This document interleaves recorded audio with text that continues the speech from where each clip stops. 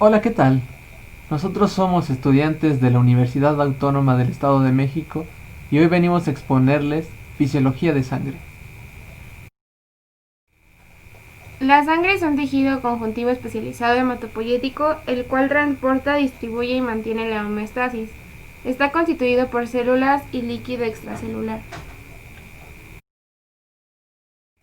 La sangre se compone por células y líquido extracelular llamado plasma, el cual contiene agua, proteínas y solutos. Dentro de las células que podemos encontrar son los eritrocitos, hematíes o glóbulos rojos, leucocitos o glóbulos blancos y las plaquetas. Dentro de los leucocitos encontramos dos subgrupos, los granulocitos, que son los neutrófilos, eosinófilos y basófilos, y los agranulocitos, monocitos y linfocitos. Características de los eritrocitos. Son discos bicóncavos que se originan en la médula ósea y su sitio de muerte es en el vaso, hígado y médula ósea. Su tiempo medio de vida es de 120 días.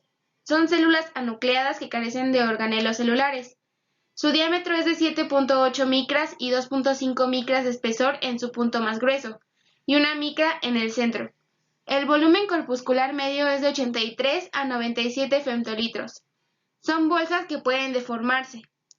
La concentración de eritrocitos por milímetro cúbico es en hombres de 5.2 por 10 a la 6 y en mujeres de 4.7 por 10 a la 6. Los eritrocitos transportan oxígeno mediante la hemoglobina hacia los tejidos. Contiene anhidrasa carbónica, cuya función primaria es interconvertir el dióxido de carbono y el bicarbonato para mantener el equilibrio ácido-base. Adición a ello, la hemoglobina funciona como un amortiguador ácido básico. Por tanto, los eritrocitos son responsables de la amortiguación ácido-base. La concentración de hemoglobina en el hombre es de 15 gramos por cada 100 mililitros, mientras que en las mujeres es de 14 gramos por cada 100 mililitros. Además, por cada 100 mililitros de sangre se transporta en mujeres 19 mililitros de oxígeno y en hombres 20 mililitros de oxígeno. En las primeras semanas de vida embrionaria, los eritrocitos nucleados se producen en el saco vitelino. En el segundo trimestre de gestación, el hígado es el principal órgano productor de eritrocitos, también en el vaso y en los ganglios linfáticos. Durante el último mes de gestación y tras el nacimiento, los eritrocitos se producen exclusivamente en la médula ósea. Casi todos los huesos producen eritrocitos hasta los 5 años de edad. Las médulas de los huesos largos se hacen muy grasas y no producen más eritrocitos después de los 20 años. La mayoría de los eritrocitos continúan produciéndose en la médula de los huesos membranosos, como las vértebras, esternón, costillas e ilíacos.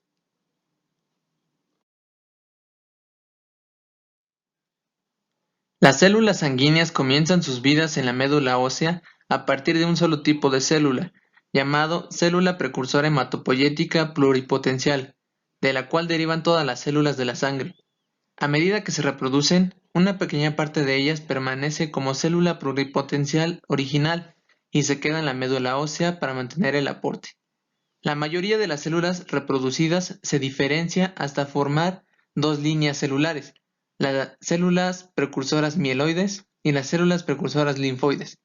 Propiamente hablando de las células precursoras linfoides, nos dará origen a los linfocitos T y a los linfocitos B. Por otro lado, las células precursoras mieloides dará origen a las unidades formadoras de colonias de blastos, de granulocitos y monocitos y de los megacariocitos.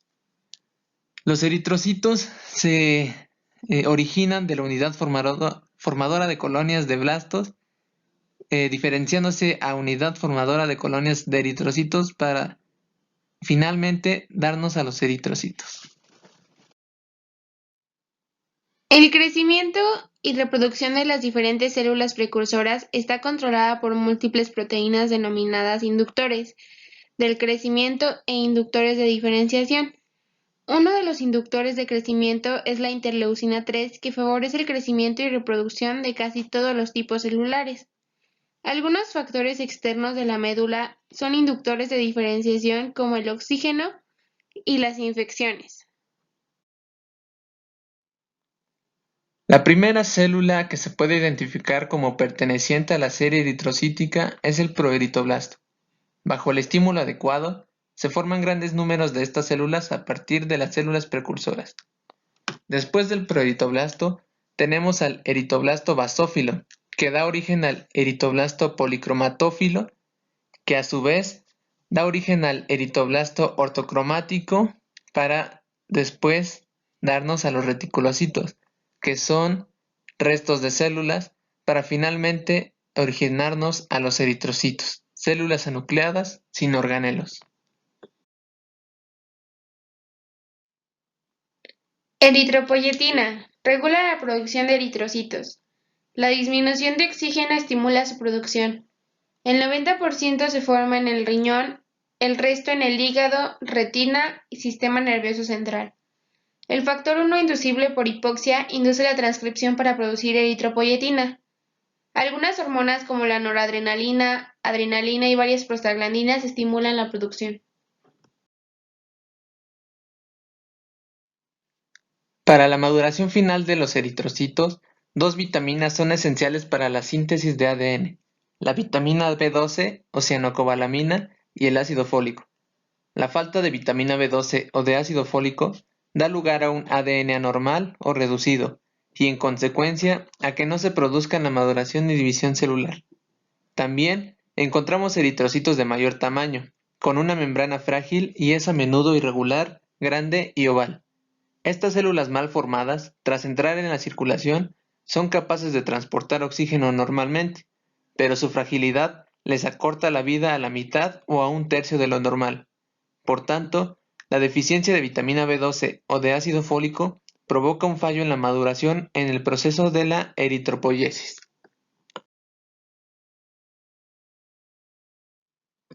La síntesis de hemoglobina comienza en los proeritoblastos. Cuando los reticulocitos dejan la médula ósea y pasan al torrente sanguíneo, continúan formando mínimas cantidades de hemoglobina. La succinilcoenzima A, que se forma en el ciclo metabólico de Krebs, se une a la glicina para formar una molécula de pirrol. 4 pirroles se combinan para formar protoporfirina 9, que a su vez se combina con hierro para formar una molécula de hemo. Finalmente, el hemo se combina con una globina sintetizada por los ribosomas, formando una subunidad de hemoglobina llamada cadena de hemoglobina. 4 de estas se unen mediante enlaces débiles para formar la molécula de hemoglobina completa. Hay varias variaciones ligeras en las diferentes subunidades de cadenas de hemoglobina, dependiendo de la composición en aminoácidos. Los diferentes tipos de cadenas se denominan cadenas alfa, beta, gamma y delta. La formación más común de hemoglobina en el ser humano adulto es la hemoglobina A, que es una combinación de dos cadenas alfa y dos cadenas beta.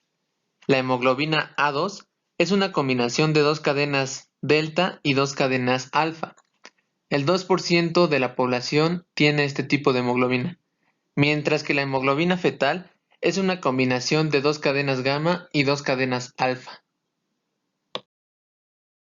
Hemoglobina y oxígeno. Se combina mediante enlaces débiles y reversibles con el oxígeno. El oxígeno no se combina con los enlaces positivos del hierro en la molécula de hemoglobina.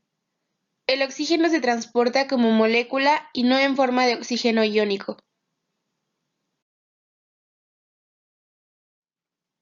Ciclo vital de los eritrocitos. El tiempo de vida media es de 120 días. Los eritrocitos maduros presentan enzimas y funcionan para metabolizar glucosa, mantiene la flexibilidad de la membrana, transporte de iones, mantiene el hierro en forma ferrosa, impiden la oxidación de las proteínas. Se autodestruyen en la pulpa roja del vaso y durante su destrucción los macrófagos fagocitan la hemoglobina liberada.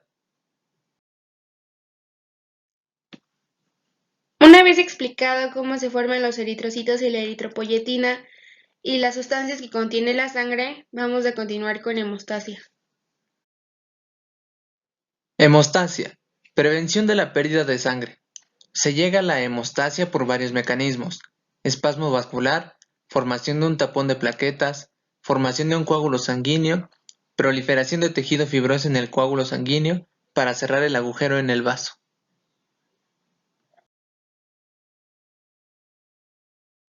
Espasmo vascular. Ocurre cuando se ha roto un vaso sanguíneo. Reduce el flujo de sangre del vaso roto. La contracción es el resultado de espasmos miógenos locales, factores autacoides locales o reflejos nerviosos. Cuanto más grave se ha traumatizado un vaso, mayor es el grado de espasmo vascular. Puede durar de minutos a horas. Puede tener lugar en procesos de taponamiento y coagulación sanguínea. Formación de tapón plaquetario. Las plaquetas son discos diminutos de 1 a 4 micras de diámetro. Se forman en la médula ósea a partir de los megacariocitos. La concentración normal de las plaquetas en la sangre está entre 150.000 y 300 microlitros. No tienen núcleo y no pueden reproducirse. Contienen moléculas de actina, miosina y tombostenina, proteínas contráctiles, restos de retículo endoplásmico y de aparato de Golgi, mitocondrias y sistemas enzimáticos, y proteínas como factor estabilizador de fibrina y factor de crecimiento. Formación del tapón plaquetario. Plaquetas. En la superficie hay una capa de glucoproteínas. Su vida media en la sangre es de 8 a 12 días. Se eliminan de la circulación por el sistema de macrófagos tisulares.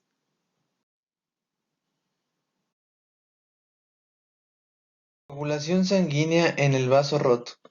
El coágulo aparece de 15 a 20 segundos si ha sido grave el traumatismo, y de 1 a 2 minutos si el traumatismo ha sido menor.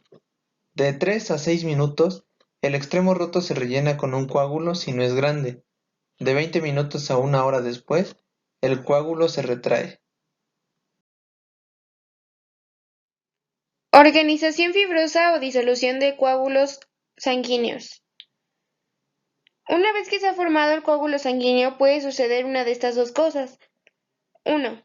Pueden invadirlo los fibroblastos, que después formarán tejido conjuntivo por todo el coágulo. O 2. Pueden disolverse. La evolución habitual de un coágulo que se forma en un agujero pequeño de una pared vascular es la invasión de los fibroblastos, empezando pocas horas después de que se formara el coágulo. Cuando pasa sangre en los tejidos y aparecen coágulos ahí donde no eran necesarios, se activan sustancias especiales que hay dentro del coágulo. Estas sustancias funcionan como enzimas que disuelven el coágulo.